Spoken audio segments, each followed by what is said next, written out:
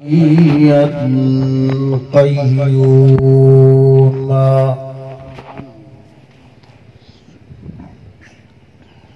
حيا قيوما سميعا بصيرا.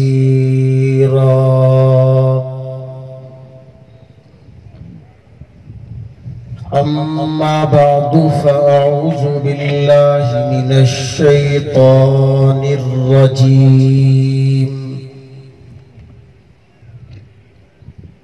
بسم الله الرحمن الرحيم.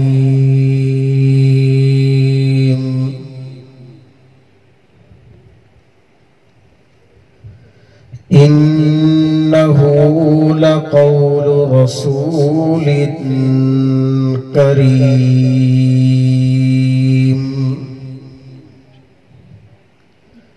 ذي قوة عند ذي العرش مكين مطاع ثم أمين وما صاحبكم بمجنون.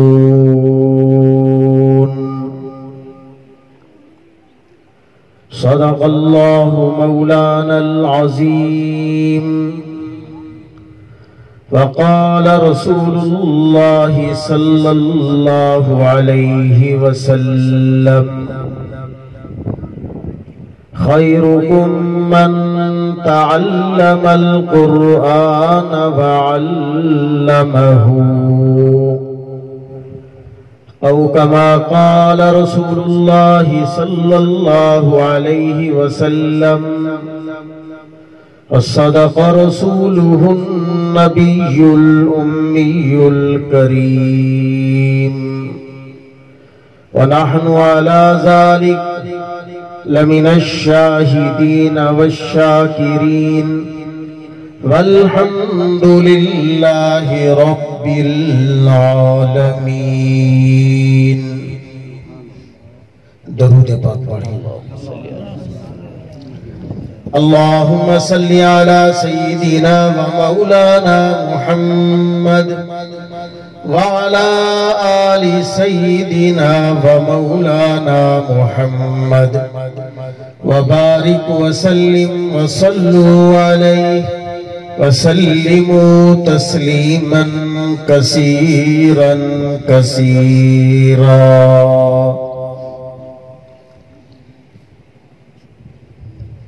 میرے انتہائی قابل ذی وقار بھائیوں، دوستوں، بزرگوں، آج کی میری جو حاضری ہے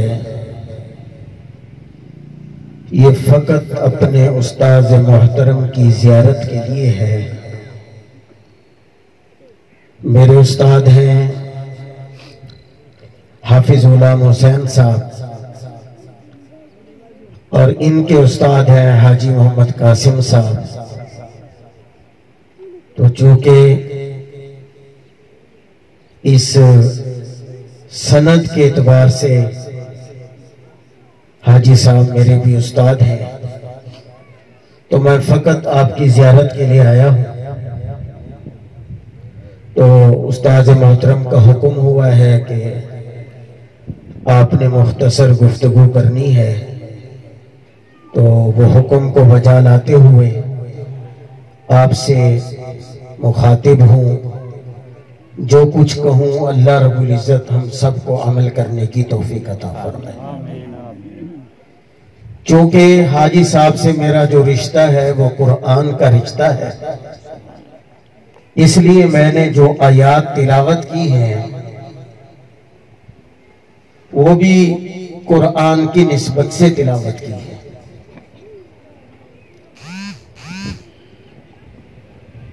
قرآن مجید کی سند ہے، اس سند کے دو درجے ہیں. پہلا درجہ قرآن مجید اللہ رب العزت کی طرف سے جناب رسول اللہ صلی اللہ علیہ وآلہ وسلم تک آیا، اور دوسرا درجہ جناب رسول اللہ صلی اللہ علیہ وآلہ وسلم کی ذات سے امت تک آیا۔ مثلا میں نے قرآن مجید پڑھا ہے اپنے استاد سے، میرے استاد نے قرآن مجید پڑھا ہے اپنے استاد سے، حاجی قاسم صاحب نے قرآن مجید پڑھا ہے اپنے استاد سے۔ اس طرح یہ سند چلتی ہوئی امام ابو حفص رحمہ اللہ تک جاتی ہے، اور امام ابو حفص سے یہ سند حضرت ابو ہریرہ رضی اللہ تعالیٰ اور حضرت عبداللہ ابن مسعود رضی اللہ تعالیٰ عنہ تک جاتی ہے، اور ان صحابہ نے قرآن مجید پڑھا ہے رسول اللہ صلی اللہ علیہ وآلہ وسلم سے، اور رسول اللہ صلی اللہ علیہ وآلہ وسلم کے پاس قرآن آیا اللہ کی طرف سے، اور یہ قرآن مجید یہ واحد وہ کتاب ہے جو اللہ کی کتاب بھی ہے، اللہ کا کلام بھی ہے، اور اللہ نے جتنی بھی کتابیں نازل فرمائی، صحیفے نازل فرمائے، کسی کو اللہ نے اپنا کلام نہیں فرمایا کہ یہ میرا کلام ہے۔ قرآن مجید کے متعلق فرمایا کہ یہ میرا کلام ہے، میں نے اس کو خود تلاوت کیا ہے، اس کو خود پڑھا ہے، اور یہ قرآن میرے اندر سے نکلا ہے۔ اللہ نے یہ فرمایا تو اس سے ہمیں ایک بات یہ معلوم ہوئی، ہمارے اللہ کی جو بولی ہے وہ عربی ہے۔ اللہ تمام بولیوں کے خالق تو ہیں، اللہ تمام بولیوں کے خالق ہیں، سرائکی کے خالق بھی اللہ ہیں، اردو کے خالق بھی اللہ ہیں، انگلش کے خالق بھی اللہ ہیں، پشتو کے خالق بھی اللہ ہیں، سندھی کے خالق بھی اللہ ہیں، جتنے بولیاں ہیں تمام بولیوں کے خالق اللہ ہیں۔ قرآن مجید عربی میں ہے، عربی اللہ کا کلام ہے، تو معلوم ہوا اللہ کی جو اپنی ذاتی بولی ہے وہ عربی ہے، اور یہ بولی اللہ کو محبوب بھی ہے۔ اپنی بولی ہر کسی کو پیاری لگتی ہے، جو اپنی بولی ہوتی ہے نا وہ ہر کسی کو پیاری لگتی ہے۔ میرا اپنا جی یہ چاہ رہا تھا کہ میں سرائکی میں گفتگو کروں، کیونکہ سرائکی میری اپنی بولی ہے، لیکن اردو میں گفتگو کر رہا ہوں اپنے کراچی والے مہمانوں کی وجہ سے۔ تو اللہ کی بولی عربی ہے، اللہ کی بولی قرآن اللہ کا کلام ہے۔ اللہ نے قرآن مجید کو بھیجا، اس سند میں درمیان میں صرف اللہ اور رسول اللہ کے درمیان میں صرف ایک واسطہ ہے، اور وہ جبریل امین ہے۔ وہ واسطہ کون ہے؟ یہ امانت اللہ نے اس کے حوالے کی جبریل امین کے، اور وہ جبریل امین یہ امانت لے کے آئے رسول اللہ صلی اللہ علیہ وسلم کے پاس، اور اللہ نے پھر یہ جو سند ہے درمیان میں، یہ جو واسطہ ہے درمیان میں جبریل امین کا، اللہ نے قرآن مجید میں اس جبریل امین کا تعارف کرایا، اپنی اس امانت کا تعارف کرایا۔ انہو لقول رسول کریم، اللہ فرماتے ہیں کہ یہ پیغام ہمارا قاصد لے کے آیا۔ یہ پیغام کون لے کے آیا؟ ہمارا قاصد۔ وہ قاصد کون ہے؟ جبریل امین۔ انہو لقول رسول، انہو لقول رسول۔ پھر اللہ رب العزت اپنے اس قاصد کا تعارف کرواتے ہیں کہ یہ جو کلام لے کے آیا رسول کریم، وہ قاصد بڑا شریف النفس ہے۔ وہ قاصد بڑا جو قرآن کو لے کے آیا وہ بڑا شریف النفس ہے۔ اب یہاں پہ کچھ سوال کر سکتا ہے، امانت بہت بڑی ہے، اللہ کا کلام ہے، اور اللہ اپنا کلام دے رہے ہیں قاصد کو، کہیں ایسے نہ ہو کہ یہ کلام جو ہے وہ راستے میں تبدیل ہو جائے، راستے میں اس میں کوئی رد و بدل ہو جائے، کہیں ایسے نہ ہو۔ تو اللہ نے فرمایا ایک تو وہ جو قاصد ہے وہ ذاتی طور پر شریف النفس ہے. پھر سوال کرنے والا سوال کر سکتا ہے، ہو سکتا ہے درمیان میں کوئی طاقتور پڑ جائیں اور وہ یہ کلام تبدیل کروا دے. اللہ فرماتے ہیں نہیں، اِنَّهُ لَقَوْلُ رَسُولٍ کریم ذی قُوَّةٍ، وہ جو میرا قاصد ہے وہ طاقتور بھی ہے. وہ جو میرا قاصد ہے اور وہ اتنا طاقتور ہے کہ حضرت لوط علیہ السلام کی قوم نے نافرمانی کی، تمام بستیوں کو ایک ہتھیلی پہ اٹھایا اور آسمان کی طرف لے کے گیا، پھر وہاں آسمان سے ایسے پٹک کر زمین پہ مارا. اتنا طاقتور ہے. طاقت کی بنا پر اس سے کوئی تبدیل نہیں کرا سکتا. پھر سوال کرنے والا سوال کر سکتا ہے، ہو سکتا ہے کہ اس قاصد نے جو کلام اللہ سے لیا ہے، جو امانت اللہ سے لی ہے، اس نے وہ کلام دور سے سنا ہو. اس کا ٹھکانہ اللہ سے کہیں دور ہو، دور سے سنا ہو اور دور سے سننے کی وجہ سے کوئی کمی بیشی رہ گئی ہو. اللہ فرماتے ہیں نہیں، اِنَّهُ لَقَوْلُ رَسُولٍ کریم ذی قُوَّةٍ عِنْدَ ذِی الْعَرْشِ مَکِینٍ. یہ قاصد عرش کے قریب رہتا ہے. یہ قاصد عرش کے قریب رہتا ہے. اس نے اس کلام کو قریب سے سنا ہے، دور سے نہیں سنا. سوال کرنے والا کہہ سکتا ہے امانت بہت بڑی ہے، لے کے جو آ رہا ہے ہو سکتا ہے ذاتی طور پر وہ کسی حیثیت کا مالک نہ ہو، وہ کوئی عام قاصد ہو، نوکر ہو کوئی عام. اللہ فرماتے ہیں نہیں، مطاعن، وہ سردار بھی ہے، ملائکہ کا وہ سردار بھی ہے جو کلام لے کے آ رہا ہے. اور پھر آگے فرماتے ہیں سما امین، وہ ذاتی طور پر امانت دار بھی ہے، وہ ذاتی طور پر وہ امانت دار بھی ہے.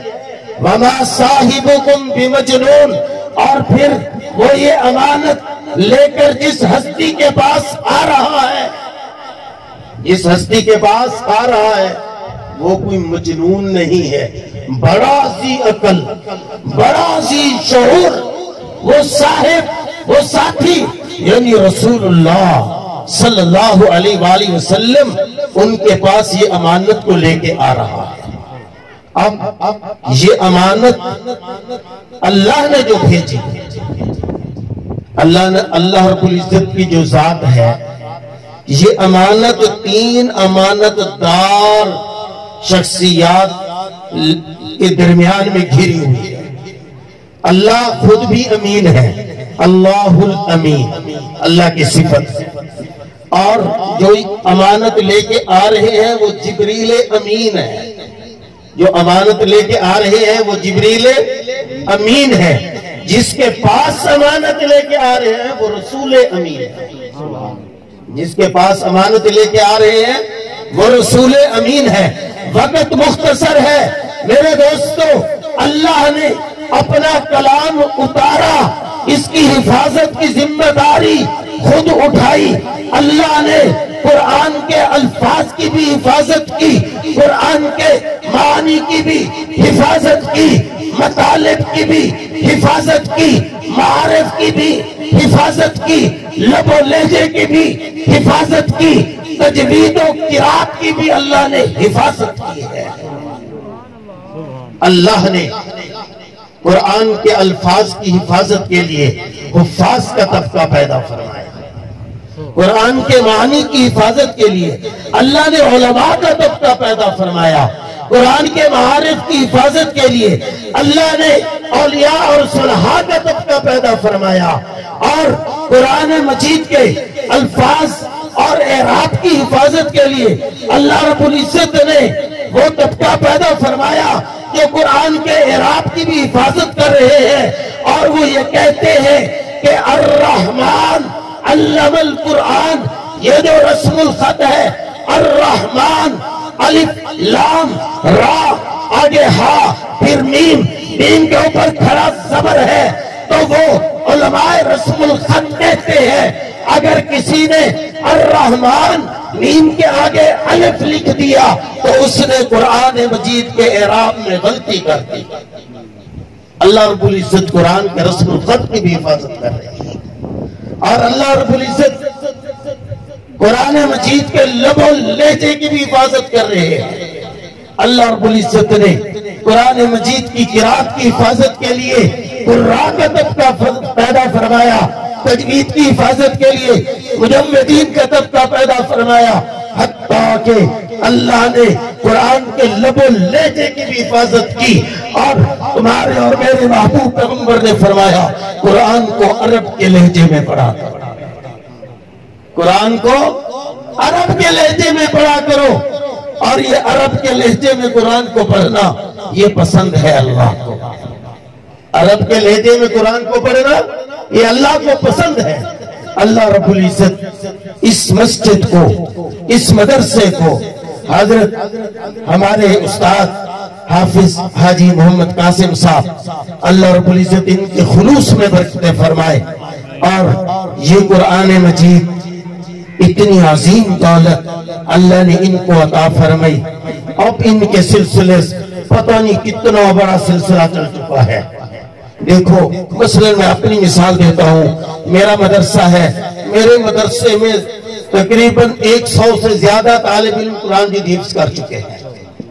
اب یہ اللہ رب العزت کی، اللہ ایسی عظیم ہستی ہے کہ یہ ایسا سلسلہ ہے، اب وہ 100 حافظ وہ آگے پڑھائیں گے، پھر ان کے شاگرد ہوں گے وہ آگے پڑھائیں گے، تو اب یہ اجر و ثواب کا جو سلسلہ ہے یہ وہاں سے چلتا ہوا میرے تک آئے گا، مجھ سے چلتا ہوا میرے استاد تک آئے گا، ان سے چلتا ہوا ان کے استاد تک آئے گا۔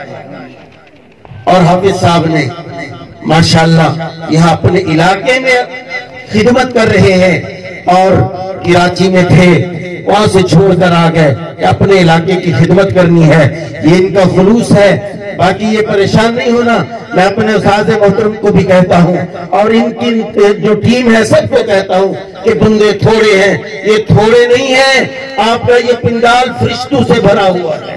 مفتی صاحب سے پوچھو، آپ کا یہ پنڈال فرشتوں سے بھرا ہوا ہے، تھوڑے نہیں ہیں، یہ بہت ہے۔ ایک آدمی بھی اس جلسے سے عمل کر جائے ہمارے جلسے کا مقصد پورا ہو گیا۔ اللہ رب العزت ہم سب کو عمل کی توفیق عطا فرمائے۔